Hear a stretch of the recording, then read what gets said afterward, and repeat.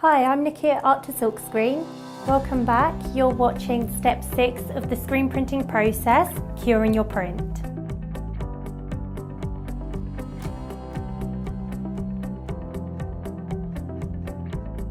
I get asked so many questions. How do I cure my print? What's the difference between drying my print and curing my print? They are two different things.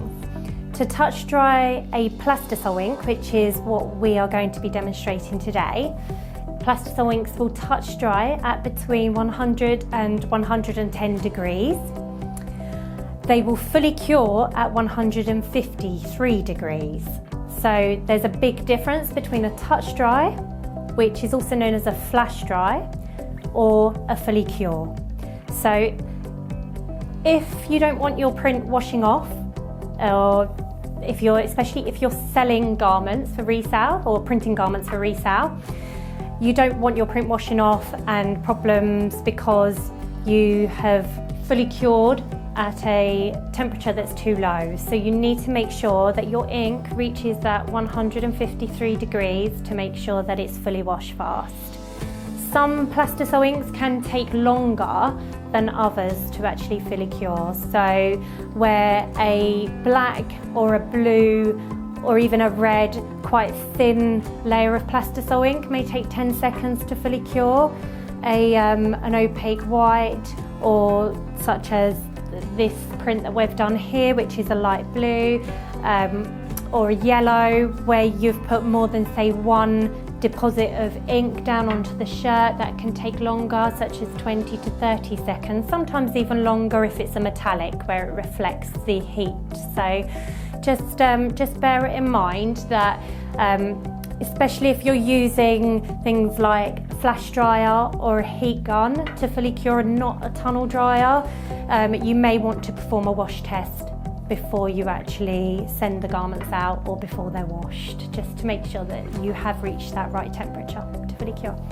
So when we say a heat gun, we mean just your standard paint stripper. We don't recommend this for actually fully curing. We only recommend this as a sort of little go-to to actually touch dry your in-between layers if you don't have a flash dryer.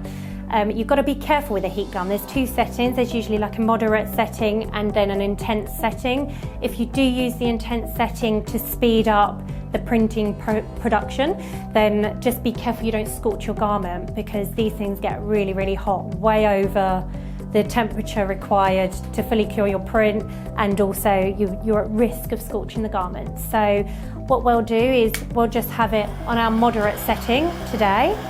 So I can put my hand there without it getting burnt. So you know you're not going to burn the shirt. And then all you'll do is you'll work your way over the print, making sure you get all of the edges, and this will just touch dry your print. We don't recommend this at fully curing because you can't measure the temperature and you can't regulate the temperature off of the print. So you're never guaranteeing it's reached 153 degrees in all of the areas. So that is perfect for touch drying. It's perfect if you're a hobbyist and you're just producing something for a project, or if you're printing promo tees that are just going to get thrown away after one use, then fine, you can use a heat gun, but it's just not recommended for fully curing. You can also use a flash dryer as such here. So this is a floor standing item. It does get quite hot, that's why we've got the handle here, so you can swing it away if you need to. It's on casters as well. It's the next best thing to a tunnel dryer. So a tunnel dryer is obviously a much larger piece of equipment. We're not demonstrating using a tunnel dryer today, we're just demonstrating using a flash dryer or moving on to a heat press. But with the actual flash dryer itself, we would hover it over the printing board as such. We've kept it about 4 centimeters away from the shirt, and I'm just going to bring it away because that was just a demonstration for you to see what the flash dryer does. It's got an element underneath the actual head of the flash dryer. We're going to bring the flash dryer head over the top of our print, and we're going to measure the temperature using our infrared laser thermometer and measure the temperature off of the print itself, off of the actual shirt. So whilst the flash dryer is over the top of it, we're going to hold this at least maybe about a foot away again from the print, and you'll see the temperature rising on the actual laser thermometer whilst it's heating. So once it reaches, say, about 100 degrees or 110 degrees, we know that it's touch dried. So you can then move on to printing, say, your next layer, your second layer or your third layer. By layer we mean colours in your print, so your second colour or your third colour in your design. So that would be the temperature to touch dry. I'll show you quickly how to do that. So you place your flash dryer over your print. We're aiming it at the centre of our print, and you can see it's got really hot really quickly already. That would be more than enough to do a touch dry, but usually we'd have the distance for just touch drying, you'd have the distance a little bit further away if you're a little bit slower at printing, because if you're using a multi-station carousel, you'll be spinning each printing board under the flash dryer as it's drying. We tend to have it sitting really close, so we're really quick at printing, so it would actually flash cure it just within a couple of seconds. If you're a little bit slower, you can have the distance, say, at least maybe 2 or 3 inches away, and it will take longer to actually reach that temperature. So in order to fully cure it, usually only takes about 4 seconds to touch dry, if not less, but maybe about 7 seconds to fully cure. So we'll have to fully cure, you'll place it back under again, and it's gone to 170. So as you can see, you can see some steam here, some hot air coming off of the shirt.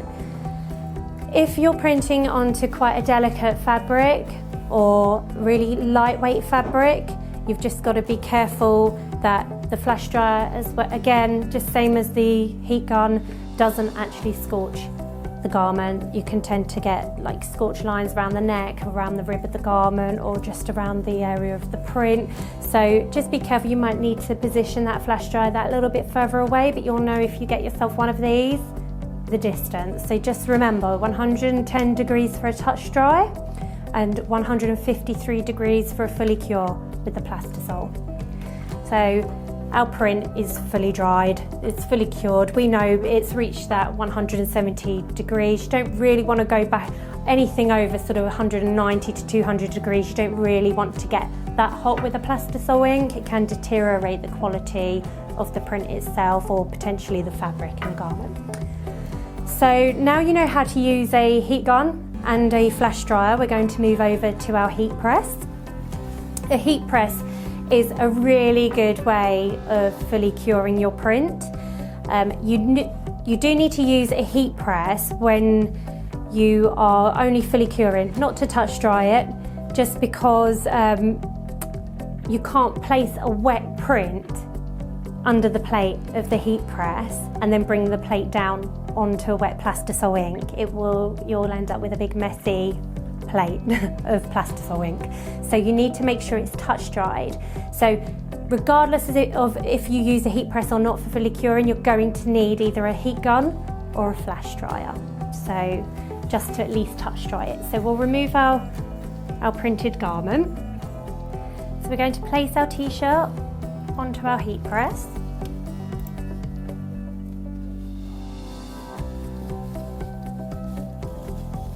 We're going to wrap it around the plate.